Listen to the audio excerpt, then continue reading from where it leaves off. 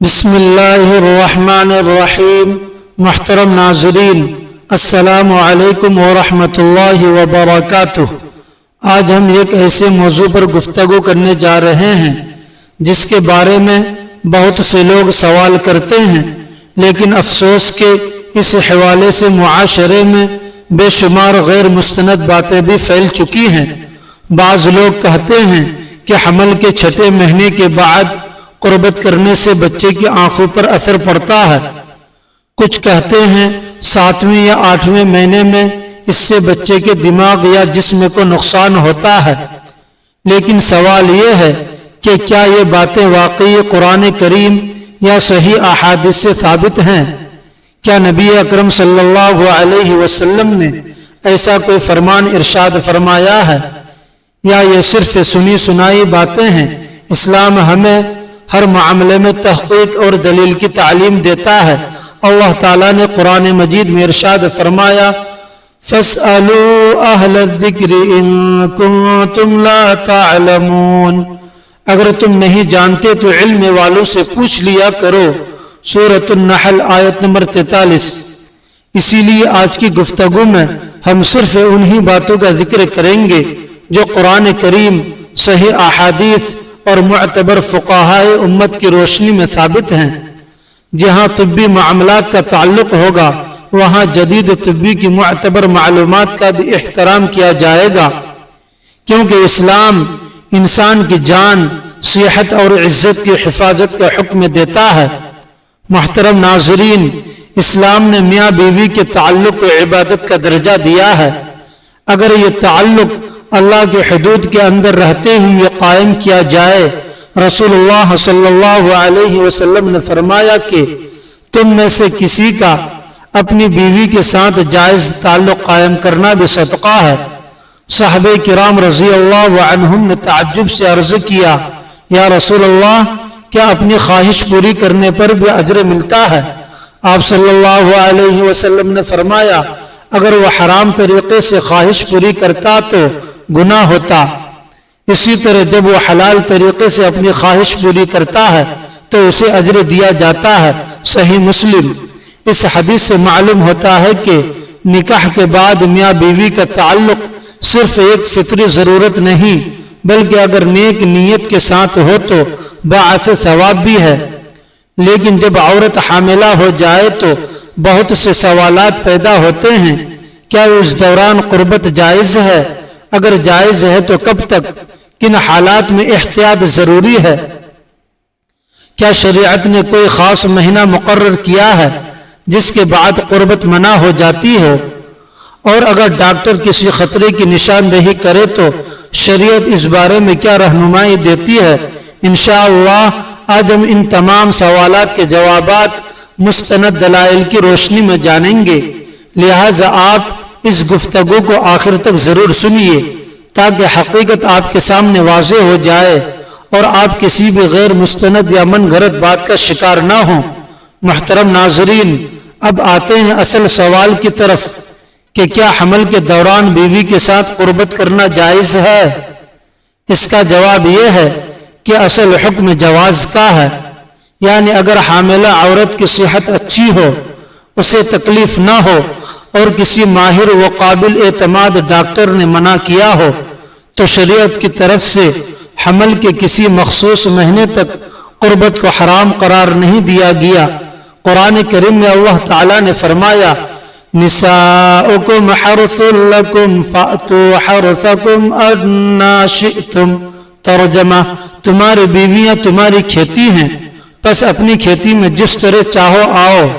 سورۃ البقرہ آیت نمبر 223۔ علماء تفسیر بیان کرتے ہیں کہ اس آیت کا مطلب یہ ہے کہ شوہر اپنی بیوی سے جائز طریقے سے تعلق قائم کر سکتا ہے، البتہ وہی طریقہ اختیار کیا جائے جسے شریعت نے حلال قرار دیا ہے۔ اس آیت سے یہ ثابت نہیں ہوتا کہ حمل کے کسی مخصوص مہینے میں قربت خود بخود ممنوع ہو جاتی ہے۔ محترم ناظرین، بہت سے لوگوں میں یہ بات مشہور ہے کہ چھٹے، 7ویں یا 8ویں مہینے میں قربت کرنے سے بچے کی آنکھوں، دماغ یا جسم کے دوسرے اعضاء پر لازماً نقصان ہوتا ہے۔ لیکن ان دعووں کے بارے میں یہ جان لینا ضروری ہے کہ قرآن کریم اور صحیح احادیث میں ایسی کوئی بات ثابت نہیں ہے، اس لیے ایسی باتوں کو رسول اللہ صلی اللہ علیہ وسلم کی طرف منسوب کرنا درست نہیں۔ البتہ اسلام ہمیں یہ ضرور سکھاتا ہے کہ انسان اپنی اور دوسروں کی جان و صحت کا خیال رکھے۔ رسول اللہ صلی اللہ علیہ وسلم کا مشہور اصول ہے لا ضرر ولا ضرار، ترجمہ نہ خود نقصان پہنچاؤ اور نہ کسی کو نقصان پہنچاؤ۔ اسی اصول کی بنیاد پر فقہاء کرام فرماتے ہیں کہ اگر حمل کے دوران کسی خاتون کو خون آ رہا ہو، شدید درد ہو، حمل کمزور ہو، پہلے اسقاط حمل ہو چکا ہو یا ڈاکٹر واضح طور پر قربت سے منع کرے، تو ایسی صورت میں شوہر کو احتیاط کرنی چاہیے اور بیوی کی صحت کو ترجیح دینی چاہیے۔ اسلام محبت، رحمت اور آسانی کا دین ہے۔ شوہر پر لازم ہے کہ وہ اپنی بیوی کی جسمانی اور ذہنی کیفیت کو سمجھے، اس پر دباؤ نہ ڈالے بلکہ نرمی، شفقت اور حسن سلوک سے پیش آئے۔ اسی لیے اگر حمل کے آخری مہینوں میں عورت کو تکلیف محسوس ہو یا ڈاکٹر یہ کہے کہ قربت سے قبل از وقت درد ذہ یا کوئی اور پیچیدگی پیدا ہو سکتی ہے، تو اس مشورے پر عمل کرنا شریعت کے مزاج کے مطابق ہے، کیونکہ اسلام جان کی حفاظت کو بہت اہمیت دیتا ہے۔ لہذا خلاصہ کلام یہ ہے کہ حمل کے دوران قربت کی ممانعت کے لیے شریعت نے کوئی مخصوص مہینہ مقرر نہیں کیا۔ اصل اعتبار عورت کی صحت، حمل کی کیفیت اور معتبر طبی مشورے کا ہے۔ جہاں نقصان کا اندیشہ نہ ہو وہاں اصل حکم جواز کا ہے، اور جہاں نقصان کا غالب گمان ہو وہاں احتیاط اختیار کرنا ہی تقوی اور حکمت ہے۔ محترم ناظرین، اگلے حصے میں ہم جانیں گے کہ کن حالات میں قربت سے مکمل پرہیز کرنا چاہیے، کون سے اوقات میں شریعت نے مباشرت کو منع فرمایا ہے، اور میاں بیوی کے لیے مسنون آداب کیا ہیں، کن حالات میں قربت سے پرہیز کرنا چاہیے۔ قرآن و سنت کی روشنی میں محترم ناظرین، اسلام ایک متوازن اور فطری دین ہے۔ جس طرح اس نے میاں بیوی کو ایک دوسرے کے حقوق ادا کرنے کی ترغیب دی ہے، اسی طرح بعض مواقع پر ازدواج تعلق سے منع بھی فرمایا ہے۔ یہ پابندیاں انسان کی پاکیزگی، صحت اور اللہ تعالیٰ کے حکم کی تعمیل کے لیے ہیں۔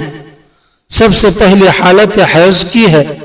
اللہ تعالیٰ سورہ بقرہ میں ارشاد فرماتا ہے وَيَسْأَلُونَكَ عَنِ الْمَحِيضِ قُلْ هُوَ أَذًى فَاعْتَزِلُوا النِّسَاءَ فِي الْمَحِيضِ وَلَا تَقْرَبُوهُنَّ حَتَّى يَطْهُرْنَ، ترجمہ وہ آپ سے حیض کے بارے میں پوچھتے ہیں، کہہ دیجئے کہ یہ تکلیف کی حالت ہے، لہذا حیض کے دوران عورتوں سے مباشرت نہ کرو یہاں تک کہ وہ پاک ہو جائیں۔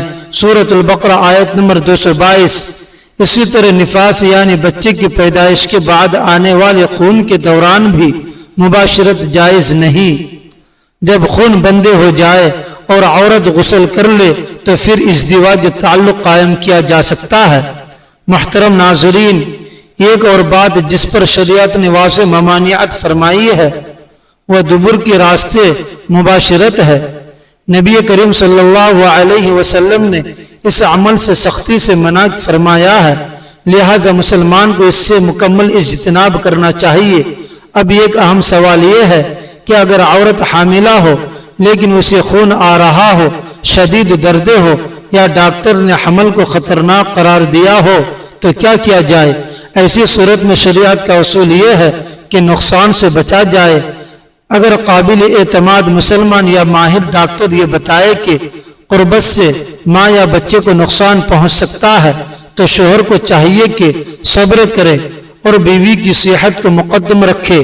یہ بھی حسن معاشرت اور اسلامی اخلاق کا حصہ ہے۔ اس کے برعکس اگر حمل معمول کے مطابق ہو، عورت خود کو آرام دہ محسوس کرے اور ڈاکٹر نے کسی قسم کی ممانعت نہ کی ہو تو شریعت نے حمل کے کسی مخصوص مہینے کو قربت کے لیے حرام قرار نہیں دیا۔ محترم ناظرین، اسلام صرف اجازت یا ممانعت ہی نہیں سکھاتا بلکہ ازدواجی زندگی کے آداب بھی سکھاتا ہے۔ نبی اکرم صلی اللہ علیہ وسلم نے تعلیم دی کہ مباشرت سے پہلے اللہ تعالیٰ کا نام لیا جائے اور یہ دعا پڑھی جائے، بسم اللہ اللہم جنبنا الشیطان وجنب الشیطان ما رزقتنا۔ ترجمہ: اللہ کے نام سے اے اللہ شیطان کو ہم سے دور رکھ، اور جو اولاد تو ہمیں عطا فرمائے اسے بھی شیطان کے سر سے محفوظ رکھ۔ صحیح بخاری اور صحیح مسلم میں آیا ہے کہ اگر اس دعا کے بعد اللہ تعالیٰ اولاد عطا فرمائے تو شیطان اسے نقصان نہیں پہنچا سکتا۔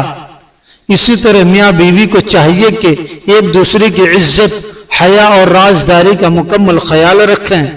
رسول اللہ صلی اللہ علیہ وسلم نے فرمایا کہ قیامت کے دن اللہ کے نزدیک بدترین لوگوں میں وہ شخص ہوگا جو اپنی بیوی کے ساتھ خلوت کی باتیں دوسروں میں بیان کرے، یا عورت اپنے شوہر کی راز کی باتیں لوگوں میں پھیلائے۔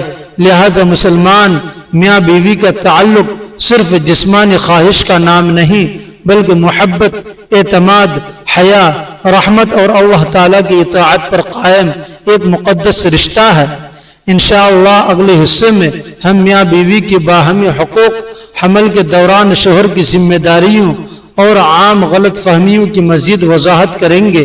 محترم ناظرین، اللہ تعالیٰ نے نکاح کو سکون، محبت اور رحمت کا ذریعہ بنایا ہے۔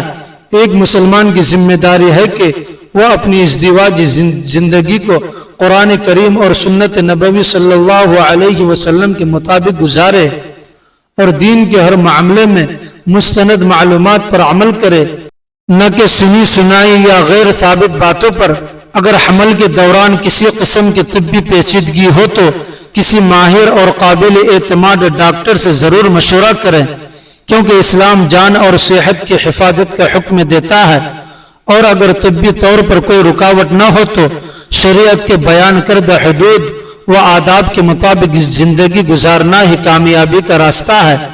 آئیے آخر میں اللہ تعالیٰ سے دعا کرتے ہیں، اے اللہ ہمیں قرآن و سنت کے مطابق زندگی گزارنے کی توفیق عطا فرما، ہمارے گھروں میں محبت، رحمت اور سکون پیدا فرما، تمام میاں بیویوں کے درمیان الفت و محبت قائم فرما، حاملہ خواتین کو صحت و عافیت عطا فرما، ان کے حمل کو آسان فرما، انہیں نیک، صالح، صحت مند اور دیندار اولاد عطا فرما۔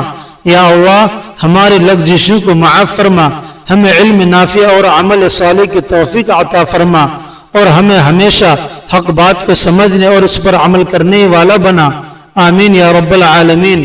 ناظرین، اگر آپ کو یہ ویڈیو مفید لگی ہو تو اسے پسند کریں، اپنے عزیزوں اور دوستوں کے ساتھ ضرور شیئر کریں، اور مزید مستند اسلامی معلومات حاصل کرنے کے لیے ہمارے چینل کو سبسکرائب کرنا نہ بھولیں۔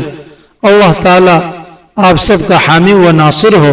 السلام علیکم ورحمۃ اللہ وبرکاتہ۔